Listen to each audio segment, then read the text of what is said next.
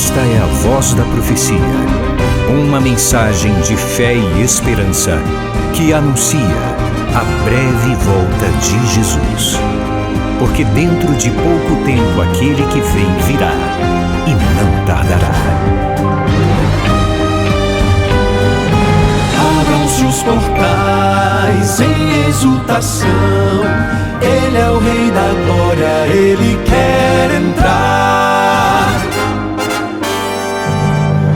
Hoje em sua vida, em seu coração, falta pouco tempo, só um pouco mais. Ele deve virar, deve virar, deve virar, deve virar.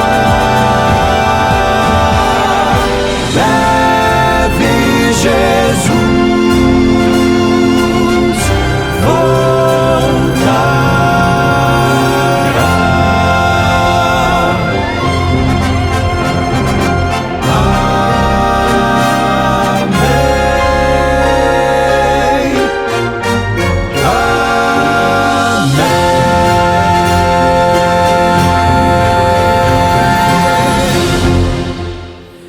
Muito bem, já estou aqui, que bom que você também está aí e conosco está o nosso maravilhoso Deus.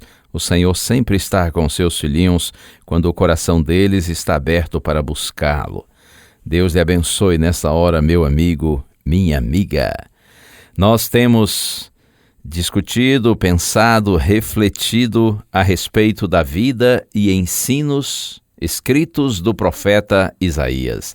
Isaías é considerado o rei dos célebres profetas de Israel e os seus textos, obra-prima das mensagens proféticas.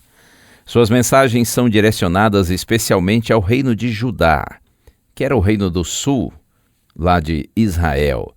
O profeta viveu num período crítico de sua nação e os textos de Isaías são preciosos. Eu quero compartilhar hoje com você, capítulo 1, versos 11 a 17.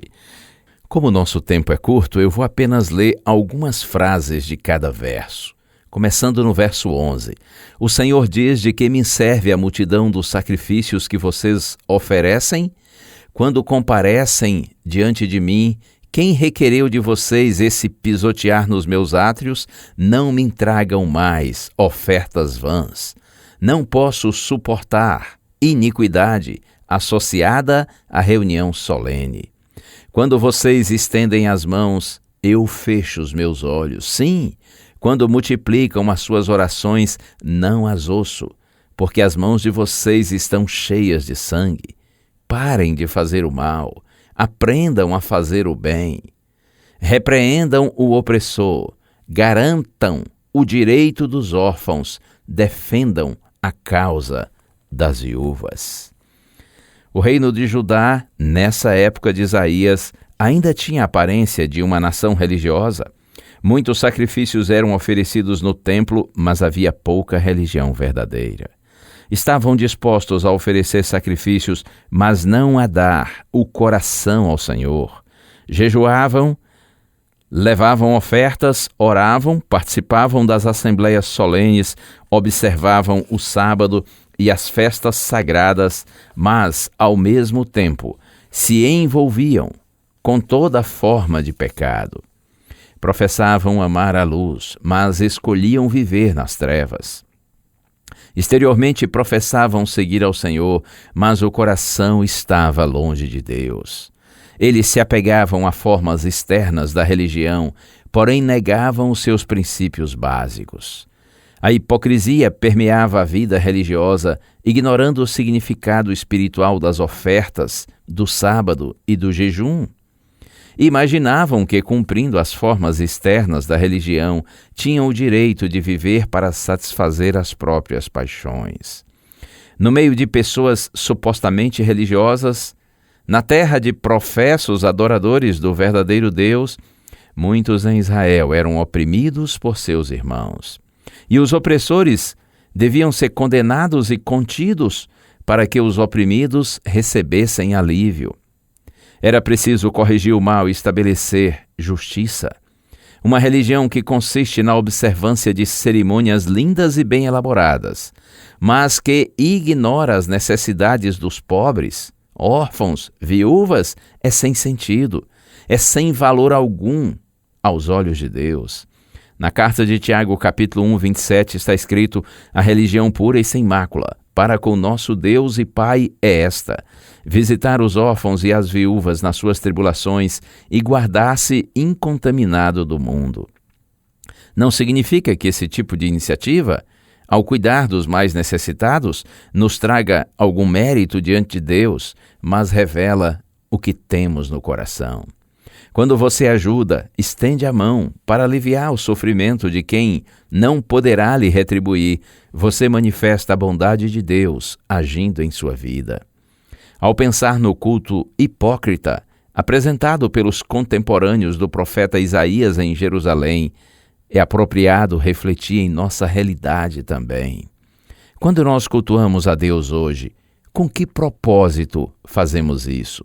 Qual a finalidade real do culto que nós prestamos a Deus em sua casa? Adoração, confissão, rendição, entrega sincera ao Senhor e à sua palavra? Queremos saber qual é a vontade de Deus para segui-la? Queremos conhecer o que é certo para fazer e o que é errado para evitar?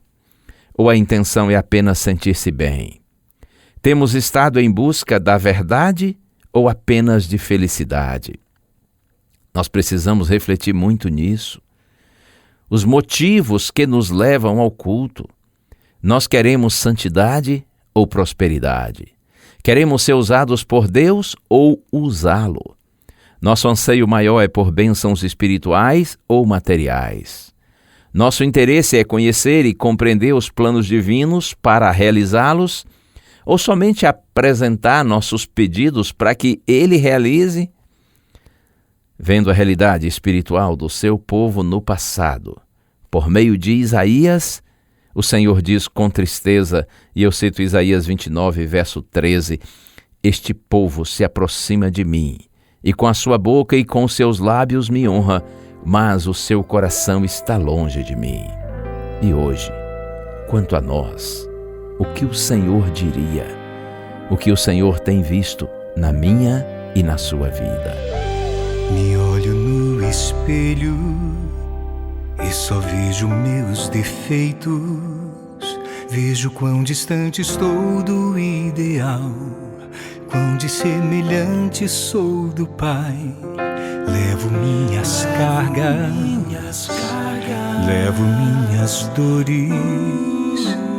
Minhas cicatrizes mostram bem o quanto me feri, me machuquei. Mas Deus, com seu amor me ergueu, com amor me acolheu e de beijos me cobriu.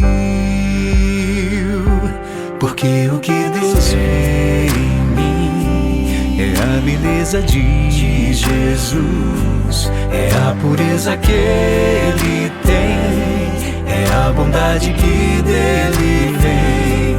Porque o que Deus vê em mim não é o que de fato sou, mas é o que a cruz provou, que posso ser naquele que me comprou.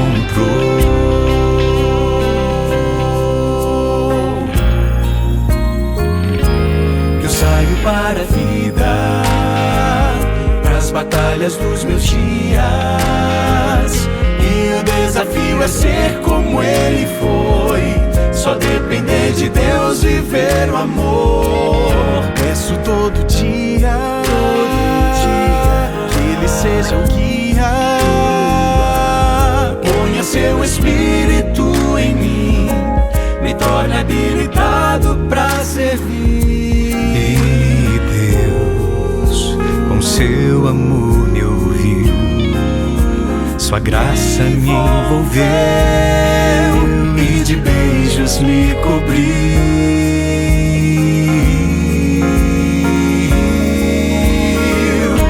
Porque o que Deus vê em mim é a beleza de Jesus, Jesus, é a pureza que Ele tem, a bondade que dele vem. Porque o que Deus vê em mim não é o que de fato sou, mas é o que a cruz provou, que posso ser naquele que me comprou. E é nele que eu sigo em frente, e pensando nele eu escolho a vida. O caminho largo já não me seduz, vou andando no caminho estreito, esse é meu jeito, e Ele vai comigo. Se Ele vai comigo, porque o que Deus vê em mim é a beleza de Jesus, é a pureza que Ele tem, é a bondade que dele vem. Porque o que Deus vê em mim não é o que de fato sou, mas é o que a cruz provou, que posso ser naquele que me comprou, naquele que me comprou. Louvo o seu nome.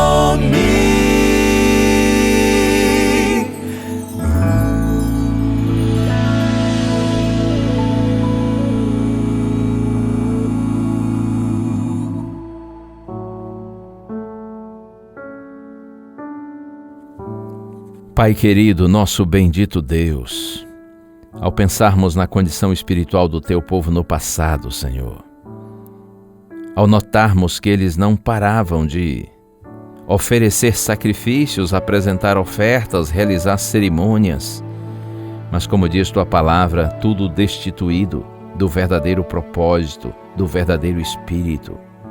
Ó Deus, pedimos-Te que tenhas compaixão de nós também, Senhor, o Teu Israel espiritual na atualidade, para que o nosso culto seja verdadeiro, para que a adoração que Te prestamos seja com real conexão com o Senhor, seja com propósitos puros, sinceros e verdadeiros. Oramos em nome de Jesus. Amém.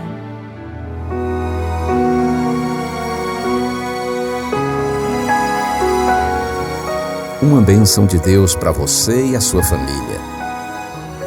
Que o Senhor te abençoe e te guarde. O Senhor faça resplandecer o seu rosto sobre ti e tenha misericórdia de ti.